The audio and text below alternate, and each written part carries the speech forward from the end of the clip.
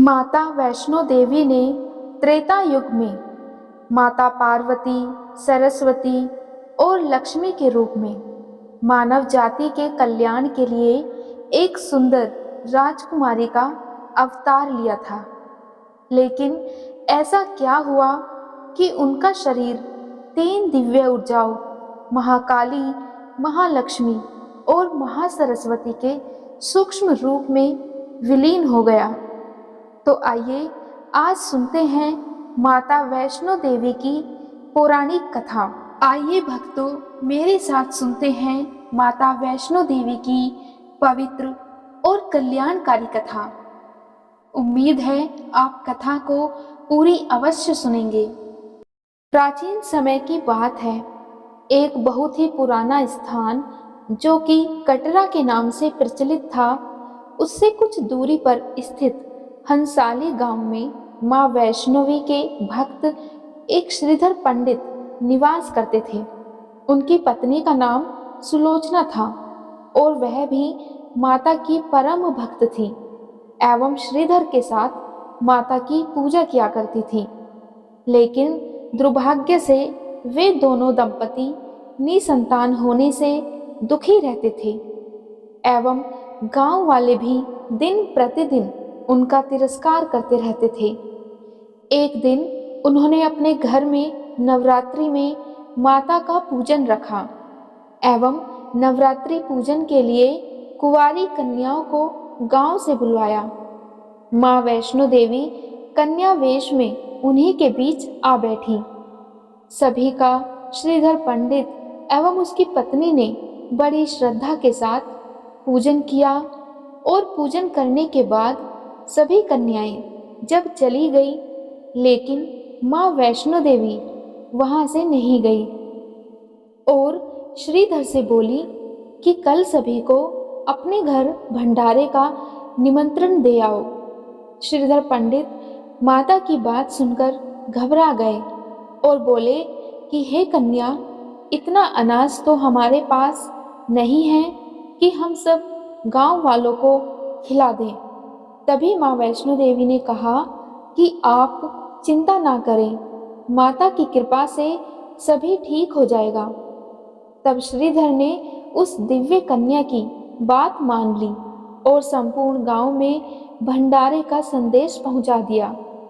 वहां से लौटकर आते समय बाबा भैरवनाथ व उनके शिष्य गुरु गोरखनाथ जी के साथ उनके दूसरे सभी शिष्यों को भी उन्होंने भोजन का निमंत्रण दिया।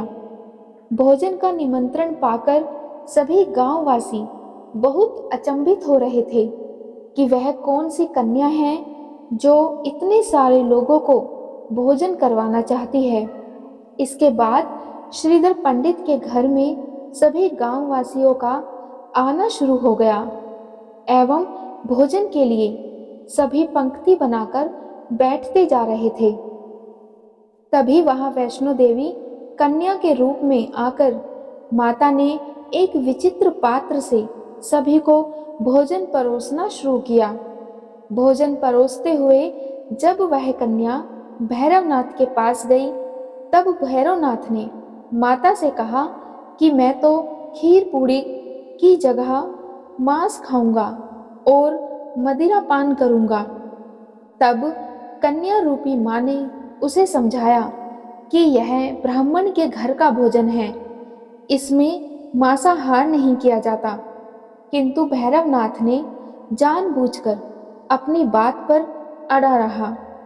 जब भैरवनाथ ने उस कन्या को पकड़ना चाहा, तब मां ने उसके कपट को जान लिया। मां वायु रूप में बदलकर त्रिकुटा पर्वत की ओर उड़ चली।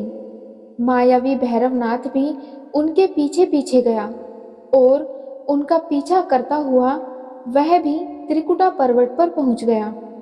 माना जाता है कि मां की रक्षा के लिए पवन पुत्र हनुमान भी थे।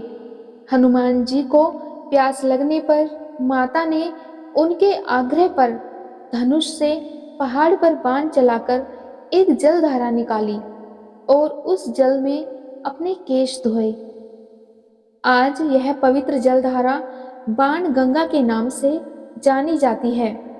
इसके पवित्र जल को पीने या इसमें स्नान करने से श्रद्धालुओं की सारी थकावट और तकलीफें दूर हो जाती हैं एवं उनकी मनोकामना पूर्ण हो जाती है। इसी दौरान माता ने एक गुफा में प्रवेश किया और 9 महीने तक गुफा के अंदर रहकर तपस्या की। भैरवनाथ भी उनके पीछे पीछे गुफा तक आ गया। तब एक साधु ने भैरवनाथ से कहा कि तू जिसे एक कन्या समझ रहा है वह आदि शक्ति जगदम्बा है, इसीलिए उस महाशक्ति का पीछा करना छोड़ दे।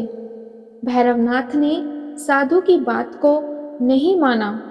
तब माता गुफा की दूसरी ओर से मार्ग बनाकर बाहर निकल गई।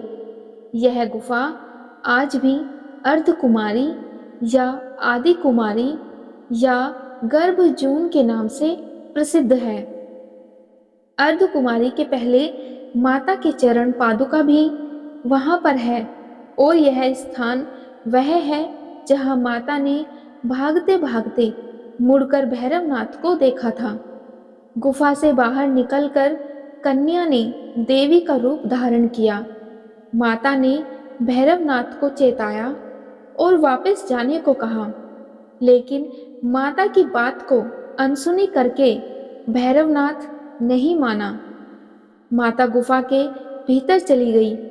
तब माता की रक्षा के लिए हनुमान जी गुफा के बाहर थे और उन्होंने भैरवनाथ से युद्ध किया। भैरवनाथ ने फिर भी हार नहीं मानी। जब वीर लंगूर निढाल होने लगा तब माता वैष्णवी ने महाकाली का रूप लेकर भैरवनाथ का संहार कर दिया और भैरवनाथ का सिर कटकर भवन से 8 किलोमीटर दूर त्रिकुट पर्वत की भैरव घाटी में जाकर गिरा। उस स्थान को भैरवनाथ का मंदिर है और वह भैरवनाथ के मंदिर से जाना जाता है। जिस स्थान पर माँ वैष्णो देवी ने बाबा भैरवनाथ का वध किया वह स्थान पवित्र गुफा अथवा भवन के नाम से प्रसिद्ध है और इसी स्थान पर माँ महाकाली दाएं और महासरस्वती मध्य में और माँ महालक्ष्मी बाएं स्थित है और ये तीनों एक पिंडी के रूप में गुफा में विराजमान हैं। इन तीनों के सम्मिलित रूप को ही माँ वैष्णो देवी या माता रानी का रूप कहा जाता है। कहा जाता है कि अपने वध के बाद भैरवनाथ को अपनी भूल का बहुत पश्चाताप हुआ और उसने माँ से क्षमा दान की भीख मांगी। माता वैष्णो देवी जानती थी कि उन पर हमला करने से पीछे भैरव की एक प्रमुख मंशा मोक्ष प्राप्त करने की थी। उन्होंने न केवल भैरव को पुनर्जन्म के चक्र से मुक्ति प्रदान की बल्कि उसे वरदान देते हुए कहा कि मेरे दर्शन तब तक पूरे नहीं माने जाएंगे जब तक कोई भक्त मेरे बाद तुम्हारे दर्शन नहीं करेगा। उसी मान्यता के अनुसार आज भी भक्त माता वैष्णो देवी के दर्शन करने के बाद करीब 2.25 किलोमीटर की खड़ी चढ़ाई करके भैरवनाथ के दर्शन करने जाते हैं। तभी उनकी यात्रा पूर्ण मानी जाती है एवं उनकी यात्रा सफल होती है। इस बीच वैष्णो देवी ने 3 पिंड सहित एक चट्टान का आकार ग्रहण किया और सदा के लिए ध्यानमग्न हो गई। इसी बीच पंडित श्रीधर अधीर हो गए और वे त्रिकुटा पर्वत की ओर उसी रास्ते चले गए जो उन्होंने अपने सपने में देखा था। अंततः वे गुफा के द्वार पर पहुंचे। उन्होंने कई विधियों से पिंडों की पूजा को अपनी दिनचर्या बना ली। देवी उनकी पूजा से बहुत प्रसन्न हुई। वे उनके सामने प्रकट हुई और उन्हें आशीर्वाद दिया। तब से श्रीधर और उनके वंशज देवी माँ वैष्णो देवी की पूजा करते आ रहे हैं। आज भी 12 मास वैष्णो देवी के दरबार में भक्तों का तांता लगा रहता है। सच्चे मन से याद करने पर माता सबका बेड़ा पार लगाती है एवं सभी की झोली भरती है। खासकर नवरात्रि में माता की संपूर्ण भारतवर्ष में पूजा अर्चना की जाती है। इस तरह माता ने अपने भक्त श्रीधर पंडित पर प्रसन्न होकर उसकी लाज बचाई एवं सभी को अपने अस्तित्व का परिचय दिया। माता ने पूरे जगत को अपनी महिमा और अपनी दिव्यता से अपने भक्तों की सदैव रक्षा की। तब से आज तक लोग इस तीर्थ स्थल की यात्रा करते हैं और माता की कृपा पाते हैं और अपने कष्टों को दूर करते हैं और अपना जीवन सुखमय बनाते हैं।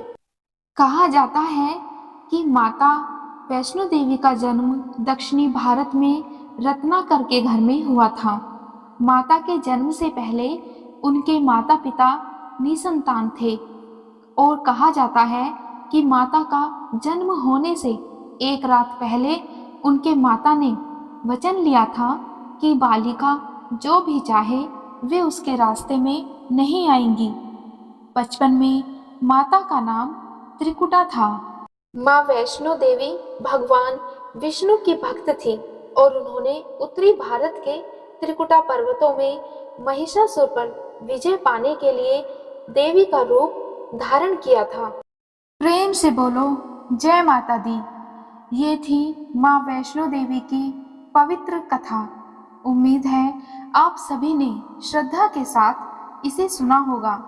अगर आपको वीडियो पसंद आई हो तो वीडियो को लाइक और चैनल को सब्सक्राइब जरूर करिएगा और कमेंट बॉक्स में जय माता दी अवश्य लिखिएगा।